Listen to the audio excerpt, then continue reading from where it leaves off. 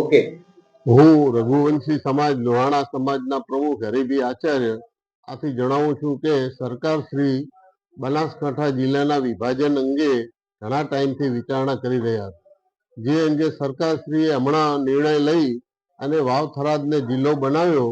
જે એમ કે પાભર નગરજનો અને પાભર તાલુકાને જે બનાસકાંઠાના પાલનપુર કરતા નજીક પડે છે. અમે એની સાથે સંમત છીએ. અમારો કોઈ પણ જાતનો આ તાલુકાનો કે શહેરનો કોઈ વિરોધ નથી. અને અમારા જાણવા પ્રમાણે ગઈકાલે જે અમારા એસોસિએશનો વતીમાં વિડીયોમાં જે સમાચાર વહેતા થયા છે કે ભાઈ અમારો વિરોધ છે અને 30મી તારીખે અમે રેલી કાઢી અને આનો વિરોધ કરવાના છે, એ તદ્દન ખોટું છે. અમે સરકારશ્રીને પણ આ અંગે મામલતદારશ્રી અને કલેક્ટરને લેખિત જાણ કરી અને જે કંઈ જિલ્લો બનાવવામાં આવ્યો છે થરાદ, એની સાથે અમે સંમત છીએ. ઓકે.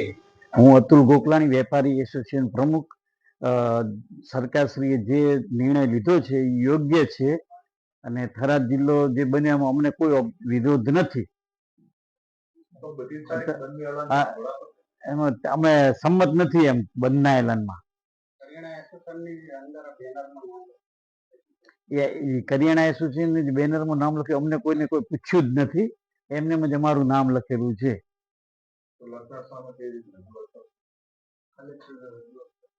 આ બાબતે કલેક્ટરને રજૂઆત કરી છે. ઓકે. હું સંઘવી રજનીકાંત મુક્તિલાલ બાબર.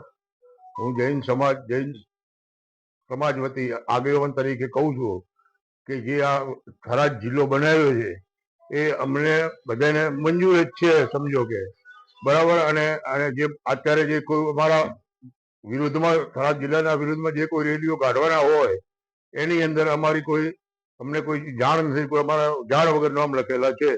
એ બદલ અમે સરકારશ્રીને જે હશે કરશું. અને ગુજરાત સરકારે જે પણ કંઈ કર્યું છે અને કેન્દ્ર સરકારે જે કંઈ કર્યું છે એમાં અમે સહમત જ છીએ. એમાં મારો કોઈ વિરોધ નથી. જૈન સમાજ વતી આગેવાનો વતી સંઘવી રજનીકાંત મુક્તિલાલ બાબર. હું સોની એસોસિએશન બાબર પ્રમુખ. જે સરકારે નિર્ણય કરીને થરાદને જિલ્લો બનાવ્યો છે એની સાથે અમે સંમત છીએ. અને જે કોઈ 30 તારીખનું બંધનું એલાન આપેલું છે એ અમને પૂછ્યા વગર આપેલો છે, જેની સંખ્યા અમે સંમત નથી. જે બાબતે અમે ઉચ્ચ કક્ષાએ રજૂઆત કરશું. ઓકે. તમારું નામ? દરજી અમિતભાઈ. જે રાજ્ય સરકારે જિલ્લો વાવ થરાદ બનાવ્યો છે એમાં અમે સહમત છીએ. અને જે 30 તારીખનું બંધનું એલાન જે રાખેલું છે એમાં અમે સહમત નહીં, કારણ કે અમને એ પૂછ્યા વગર કરવામાં આવેલ છે.